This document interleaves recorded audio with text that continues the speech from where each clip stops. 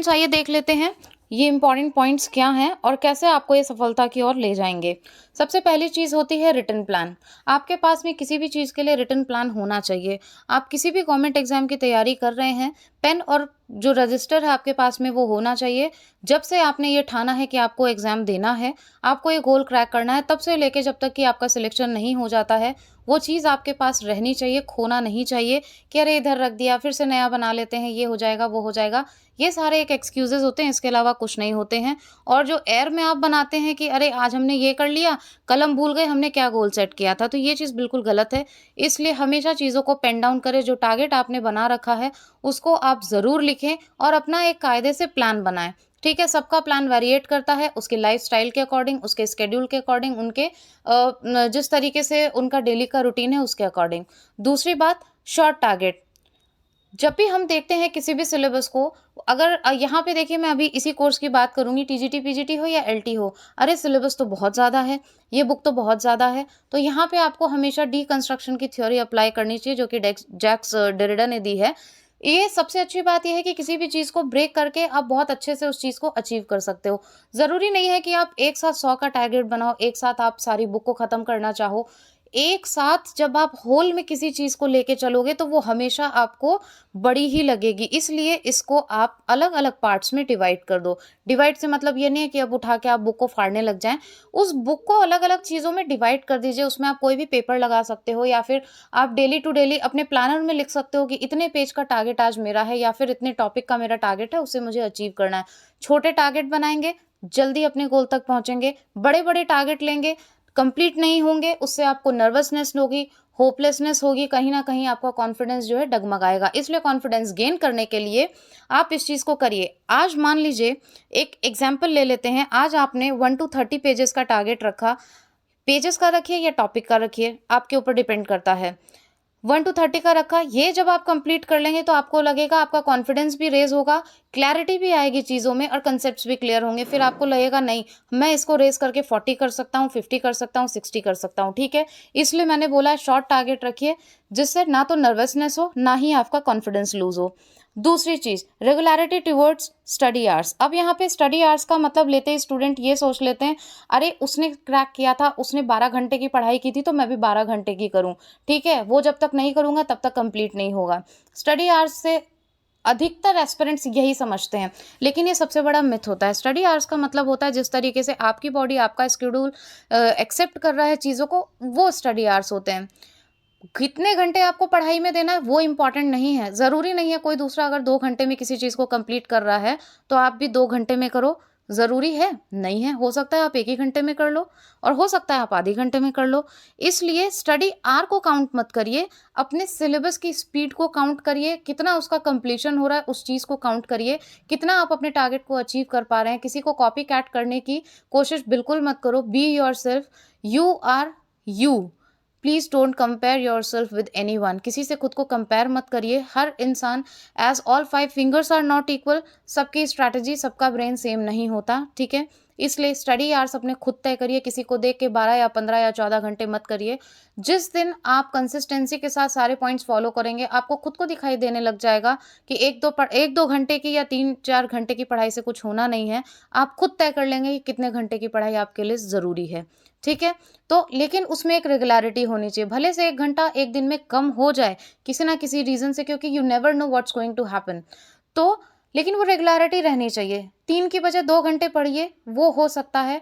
लेकिन ये नहीं हो सकता है कि अगर वो 3 है तो उसको आपने डाउन करके 0 कर दिया या फिर आधा ही कर दिया। तो रेगुलैरिटी बनाना बहुत ज़रूरी है, ठीक है?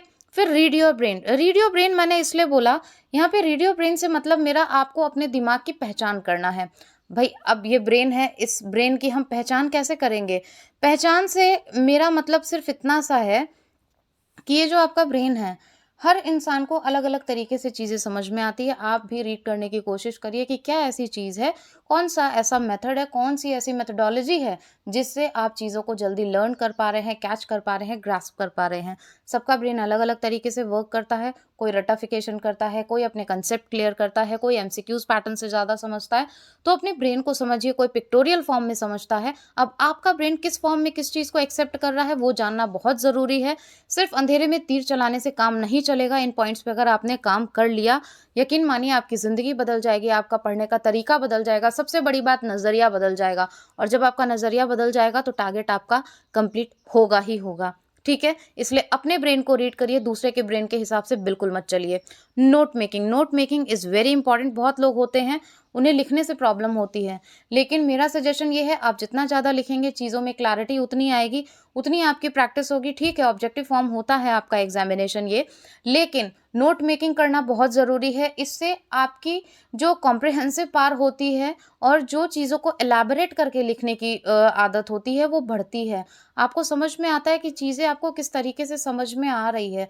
तो नोट्स ज़रूर खुद के बनाएं, भले ही बड़े से बड़े अच्छे वो चीज़ें रहे आपके पास में, कैसी भी बुक्स रहें, लेकिन आप प्लीज़ नोट मेकिंग ज़रूर करें। किसी भी टॉपिक को अपनी लैंग्वेज में बना के ज़रूर लिखें। इन दोनों पॉइंट्स को मैं एक साथ लूँगी, नोट मेकिंग और रिक्रिएट नोट्स। बहुत से लोग होते हैं डिफरेंट डिफरेंट टाइप के नोट्स ले लेते हैं, फिर भी वो परेशान रहते हैं, अरे इससे पढ़ूँ किससे पढ़ूँ। तो देखिए, एक बुक को, बहुत सारी बुक्स आप इकट्ठी कर लो, पचासों तरीके की बुक्स आपने इकट्ठी कर ली, लेके बैठ गए, कंफ्यूज हो गए। देखिए, टॉपिक चेंज नहीं होगा, कंटेंट चेंज नहीं होगा, लेकिन तरीके चेंज हो गए। किसी में कम होगा, किसी में ज़्यादा होगा, किसी में टॉपिक को ज़्यादा एक्सप्लेन करके दिया होगा, तो किसी में उसी चीज़ को एकदम टफ लैंग्वेज में दिया होगा। जैसे कि बहुत से लोगों ने ये एक भ्रम फैला रखा है, एम.एच. अब्राहम की बुक ले लीजिए, ठीक है? बहुत से लोगों को उसकी लैंग्वेज नहीं समझ में आती, लिटरेरी टर्म्स की। तो ज़रूरी नहीं है कि आप होपलेस हो जाओ, आप एकदम से ऐसे बैठ जाओ, अरे यार ये तो मुझे समझ ही नहीं आ रहा, बाकी लोगों ने तो यही बुक्स रिकमेंड की है। तो चीज़ों में पेनिट्रेट होइए, उस चीज़ को समझने की कोशिश करिए। ऐसा कुछ नहीं है कि अगर आपको उसकी लैंग्वेज समझ में नहीं आ रही तो आप ये एग्ज़ाम क्रैक नहीं कर सकते। Just search for another way, दूसरे तरीके से खोजने की कोशिश करिए। मैंने खुद ने अपने चैनल पे, अब ये मैं कोई प्रमोशन नहीं कर रही हूँ मेरे चैनल का, लेकिन मैंने मेरे चैनल पे बहुत ईज़ी तरीके से लिटरेरी टर्म्स को पूरी तरीके से प्रेज़ेंट किया है। आप प्लेलिस्ट जाके चेक कर सकते हैं, you will get link in description box. उसको देखिए, समझिए, ठीक है? क्योंकि मेरे पास में काफ़ी सारे मैसेजेस आपके आए हैं, उसके बाद में मैंने ये वीडियो बनाया है।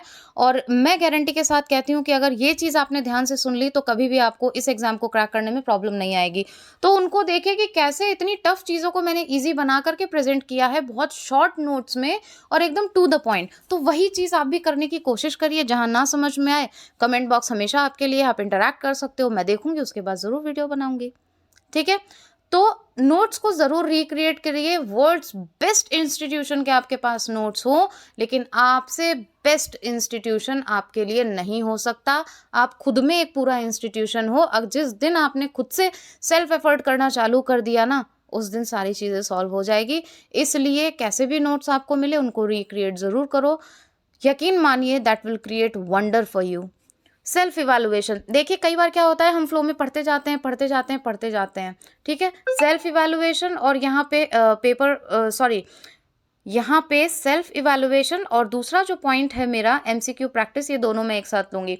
कई बार क्या होता है, हम रेगुलरली पढ़ते जाते हैं और थ्योरी पढ़ते जाते हैं, तो हम एमसीक्यूज़ की प्रैक्टिस नहीं करते हैं, जिससे कहीं न कहीं जो हमारा पैटर्न होता है उससे हम दूर हो जाते हैं। एग्ज़ाम का पैटर्न जितनी ज़्यादा हम प्रैक्टिस करेंगे, उतना ज़्यादा वहाँ पे जो फ़ोबिया, जो फ़ियर होता है, वो हमारा दूर हो जाएगा। ये एक साइकोलॉजिकल फैक्ट है, ठीक है? तो एमसीक्यूज़ प्रैक्टिस करना बहुत ज़रूरी है, सिर्फ थ्योरी पे फोकस ना करें।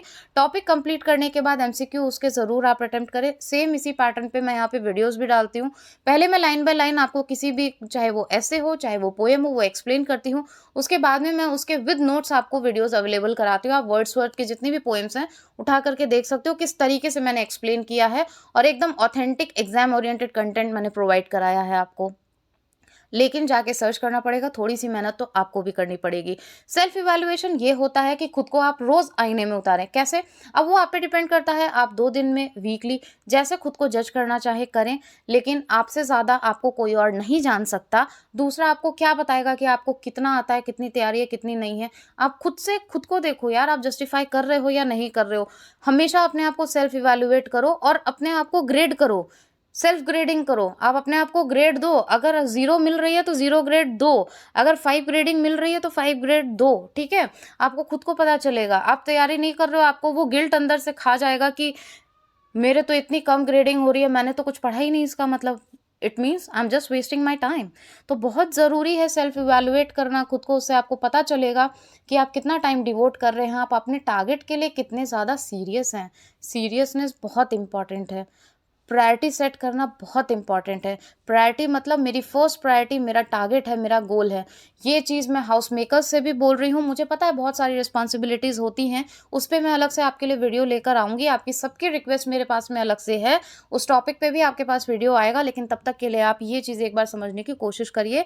सेल्फ इवैल्यूएशन बहुत ज़रूरी है। आप इतने पॉइंट्स एक बार करके तो देखो, आप अपने रजिस्टर में इन पॉइंट्स को नोट करके देखो और ये चीज़ें अप्लाई करके देखो। अगर ना वंडर क्रिएट हो जाए तो मुझे आके आप कमेंट बॉक्स में बोल देना।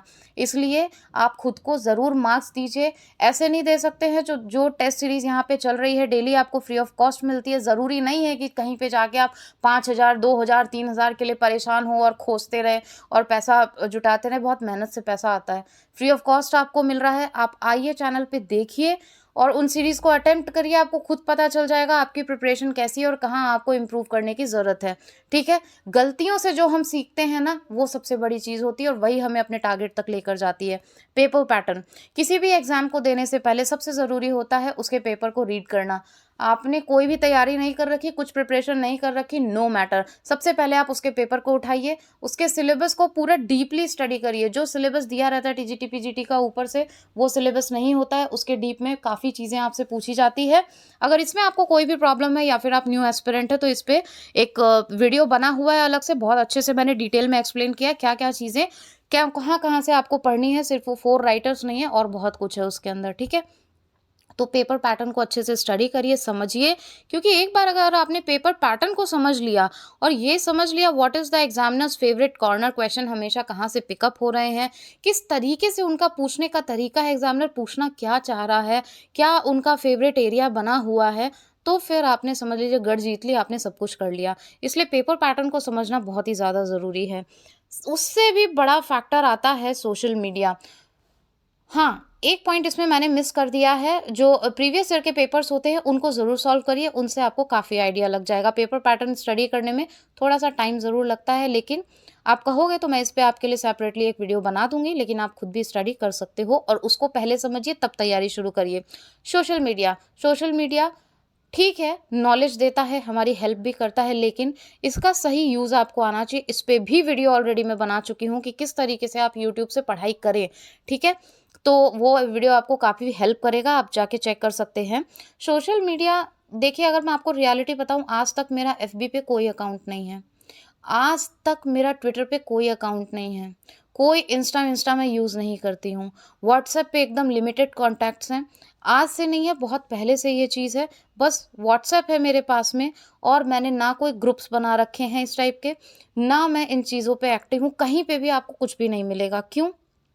जब आप गोल ओरिएंटेड हो रहते हो, जब आप पैशनेट रहते हो, when you want to do something in your life, तो आप इन चीज़ों से खुद ही डिस्ट्रैक्ट हो जाओगे। बहुत से लोग सोचते हैं मैम इन चीज़ों से दूर कैसे रहें? मेरे पास में कई सारे मैसेजेस आते हैं कि मैम कैसे इन चीज़ों से दूर रहें, हम तो इतना इन्वॉल्व्ड हैं। क्या ज़रूरत है? एक बार आपने गोल अचीव कर लिया ना, तो सारी दुनिया आपको आपके काम से पहचानेगी। आपको बताने की ज़रूरत नहीं पड़ेगी कि मेरी आईडी ये है, मेरा नाम ये है। लोग आपको आपकी मेहनत से खोजते हुए चले आते हैं कि अच्छा ये हो आप। जो लोग आपको क्रिटिसाइज़ करते हैं, वही लोग आपको प्रेज़ करने लग जाते हैं। जो लोग आपकी लेग पुलिंग करते हैं, वही लोग फिर आपके सपोर्टर बन जाते हैं। इसलिए आप अपने काम से खुद को पहचान करवाओ, ना कि आप लोगों को खुद से बताओ कि मैं ये हूँ, मैं ये हूँ। इसलिए इंस्टा, फ़ेसबुक और ये इन सारी चीज़ों से प्लीज़ आप दूर हो जाओ। आप हिस्ट्री उठा के देख सकते हो, किसी को भी बिना मेहनत के कुछ नहीं मिला। कोई भी चीज़ इम्पॉसिबल नहीं है, ये मैं मानती हूँ, लेकिन बिना प्लान किए कुछ भी अचीव करना वो तो इम्पॉसिबल है।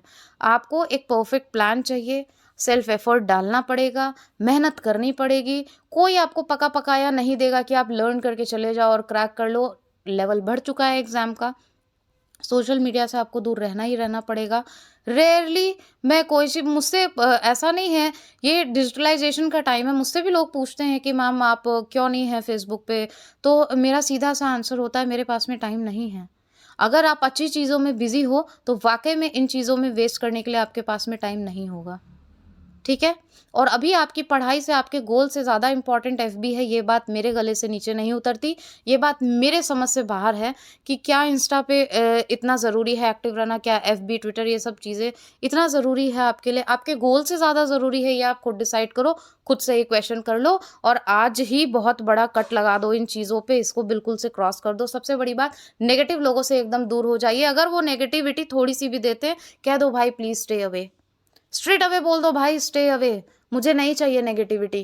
कोई पॉजिटिव वाइब आए वहाँ जाके करो ताकि कुछ फ्रूटफुल आपको मिले और जाके ऐसा पैशन, ऐसा एक फायर आपके अंदर हो कि आप जाके 2 घंटे एक्स्ट्रा दे दो अपनी पढ़ाई में। लेकिन ऐसी जगह मत जाओ जो इतना नेगेटिव वाइब दे दे आपको और इतनी ऐसी चीज़ें बता दे कि आप जो 2 घंटे की पढ़ रहे थे, स्टडी कर रहे थे, वो भी आधा घंटा कर दो और उस आधे घंटे में भी अगर आप अपनी चेयर में बैठ रहे हो तो आप ये सोच रहे हो अरे क्या मतलब है इन सब चीज़ों का।